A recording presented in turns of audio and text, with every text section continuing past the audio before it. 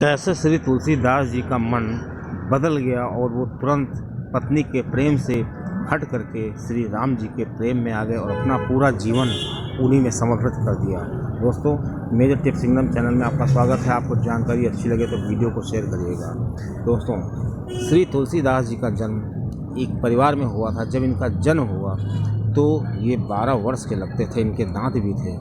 जब इनके पिताजी ने पंडितों से पूछा कि इस बच्चे की कुंडली देखें, तो पंडितों ने ये देखकर बताया कि ये बच्चा जो है पूरे ख़ानदान का जो है नाश कर सकता है। इस प्रकार जब उस पिताजी ने पूछा कि क्या मैं इस बच्चे का त्याग कर दूं, तो पंडितों ने कहा हाँ, यही सही रहेगा। तो दोस्तों, श्री तुलसीदास जी के जो पिताजी थे उन्होंने अपने बच्चे का त्याग किया और उनकी जो तुलसीदास जी की मदर थी, मम्मी थी, वो जन्म देते में ही उनकी मृत्यु हो गई थी। इस प्रकार से तुलसीदास जी का जो पालन पोषण था उनकी घर की जो नौकरानी थी चुनिया, उसने किया। तो जब चुनिया उसको अपने घर ले गई तो उसके पति ने भी विरोध किया, कहा ये लड़का जो है कुलक्षणी है, इसको घर में न रखो। लेकिन चुनिया नहीं मानी और उसका पालन पोषण करने लगी। धीरे धीरे क्या हुआ, चुनिया भी गुजर गई। चुनिया के गुजर जाने के बाद उसके पति ने उस बालक को घर से निकाल दिया। अब बालक क्या करता, जब भूख लगती तो वो भीख मांगने जाता घरों में। जब वो घरों में जाता तो जो लोग थे वो उसको कुलक्षणी समझते, कहते ये वही बालक है जो कई लोगों की जान ले चुका है, इसको कुछ मत देना, इससे दूर रहो। अब जब ये चीज़ जब तुलसीदास जी ने सुनी तो उनको बहुत बुरा लगा। अब उन्होंने प्रण कर लिया कि आज के बाद मैं कभी भी भीख नहीं मांगूंगा। इस प्रकार से तुलसीदास जी, शाम हो गई और जब से शाम हुई तो तुलसीदास जी को फिर भूख लगी, फिर उनको बहुत तेज़ भूख लगी, फिर भी उनको खाने को कुछ नहीं मिला। इसके बाद क्या हुआ, एक मंदिर की तरफ चले गए। उस मंदिर में एक श्री संत आए थे, नरहर दास। जब नरहर दास जी की नज़र उस बच्चे पर पड़ी, जो बच्चा सीढ़ियों पर बैठा हुआ था, नरहर दास को दया आ गई। उन्होंने सोचा क्यों ना इस बच्चे का हम पालन पोषण करें और इसको से अच्छी शिक्षा दीक्षा दें। उन्होंने बच्चे को अपने आश्रम में रख लिया। इस प्रकार बच्चा जो है धीरे धीरे वहाँ सीखने लगा। नरहर दास जी ने उनको श्री राम जय जय राम सिखाया, इस तरह राम भजन भी सिखाए। इसके बाद श्री नरहर दास ने उनको सलाह दी कि तुम बनारस चले जाओ। उसके बाद श्री तुलसीदास जी बनारस चले गए और वहाँ पर एक नरहर दास जी के जो सानिध्य में एक संत थे, उनके आश्रम में रह करके उन्होंने श्री राम कथा सीखी। श्री तुलसीदास जी को राम कथा बहुत कठिन लगती थी।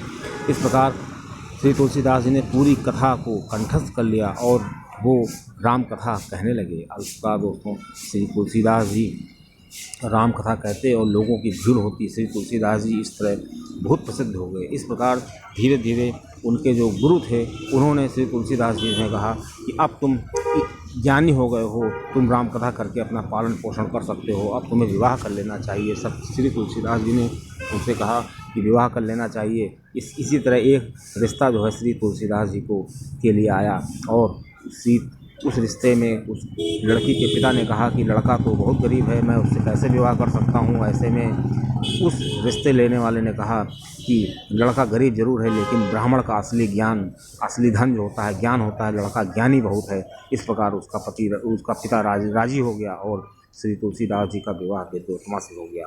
अब दोस्तों, विद्योत्मा के साथ श्री तुलसीदास जी रहने लगे। धीरे धीरे श्री तुलसीदास जी का विद्योत्मा से बहुत ज़्यादा लगाव हो गया। वो उनको एक पल के लिए भी छोड़ नहीं पाते थे। इस तरह श्री तुलसीदास जी की पत्नी जो थी, उनकी सहेली जो थी, वो श्री तुलसीदास जी की पत्नी को, विद्योत्मा को चिढ़ाती थी, कहती थी कि तुमने तो अपने पति पर जादू कर दिया है, वो तो तुमको एक पल के लिए छोड़ता ही नहीं है। ऐसे में जब ज़्यादा मजाक करने लगी तो एक बार श्री विद्योत्मा जी को बहुत बुरा लगा और वो अपने घर आई और श्री तुलसीदास जी से ने पूछा आज तुम्हें आने में देर क्यों हो गई। तो श्री तुलसीदास जी से उन्होंने पूरी कहानी बताई और कहा कि आप जो है श्री राम भजन किया करिए, मेरे पीछे ज़्यादा क्यों पड़ते हैं, मैं तो बिल्कुल उसी हाड़ मास की हूँ। ऐसे में एक बार क्या हुआ, श्री तुलसीदास जी के जो पत्नी थी, उनके ससुराल मायके से एक व्यक्ति आया और उसने कहा कि तुमको आज तुम्हारे पिता ने बुलाया है। ऐसे में श्री तुलसीदास जी की पत्नी ने कहा कि मैं अभी नहीं जा सकती, मेरे पति नहीं हैं। लेकिन उसने कहा कल भैया दूज है, श्री तुलसीदास जी पता नहीं कब आएँ, तुम्हें चलना होगा। इस प्रकार श्री तुलसीदास जी की पत्नी जो है बिना बताए मायके चली गई। जब श्री तुलसीदास जी लौटे, उन्होंने पत्नी को घर पर नहीं देखा तो समझ गए कि वो मायके गई हैं। श्री तुलसीदास जी रात में ही मायके की तरफ चल दिए। पानी बरस रहा था, लेकिन श्री तुलसीदास जी से रहा न गया। वो अपनी पत्नी के बिना रह नहीं सकते थे और श्री तुलसीदास जी धीरे से अपनी पत्नी के मायके पहुंच गए। क्योंकि रात थी, दरवाज़ा बंद था, श्री तुलसीदास जी को बहुत जल्दी थी, तो उन्होंने सोचा अंदर कैसे जाएं। तो एक खिड़की खुली थी। श्री तुलसीदास जी ने सोचा कि चलो इसी खिड़की से चलते हैं। उसी खिड़की में एक रस्सी लटक रही थी। श्री तुलसीदास जी उस रस्सी के सहारे अंदर पहुंच गए। जब श्री तुलसीदास जी अंदर पहुंचे तो उनकी पत्नी ने कहा कि आप अंदर कैसे आए। तो श्री तुलसीदास जी ने बताया, मैं खिड़की के रास्ते आया, एक रस्सी लटक रही थी। दोस्तों, जब देखा गया तो वो रस्सी वास्तव में रस्सी नहीं थी, वो तो एक सांप था। ऐसे श्री तुलसीदास जी का आना उनकी पत्नी को बहुत बुरा लगा। उसकी पत्नी सोचने लगी, कैसे मैं अपने पिता को बताऊंगी कि आप कैसे आए हैं और किस तरफ से आए हैं, कितना बुरा लगेगा बताओ। और श्री तुलसीदास जी से वो बहुत नाराज़ होने लगी और श्री तुलसीदास जी से कहा कि आपने बहुत गलत किया है। आप इस मांस के हाड़ मांस से, मतलब मेरे शरीर से इतना प्यार करते हैं, लेकिन आपको ये मेरे हाड़ मांस जो नश्वर है, जो एक दिन नष्ट हो जाएगा, इससे इतना लगाव नहीं करना चाहिए। आपको असली लगाव करना है तो श्री राम जी से इतना लगाव करिए, तो आपका जीवन धन्य हो जाएगा। और श्री तुलसीदास जी जब विदाई कर रहे थे तो उस समय उनके गुरु जी ने कहा था कि जाओ बेटा, तुमने राम कथा सीख ली है और आज से तुम राम कथा का प्रचार करोगे। जितना तुम प्रचार करोगे उतना तुमको पुण्य मिलेगा।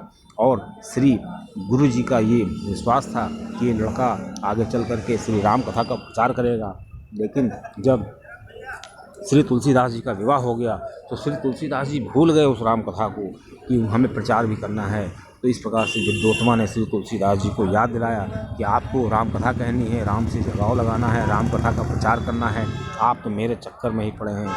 अब जब श्री तुलसीदास जी की पत्नी ने एक दोहा सुनाया उनको, और दोस्तों वो दोहा श्री तुलसीदास जी के मन में लग गया।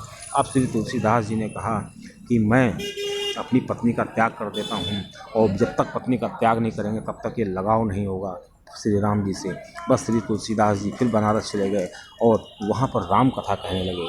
दोस्तों, इसी तरह श्री तुलसीदास जी धीरे धीरे बहुत प्रसिद्ध हो गए।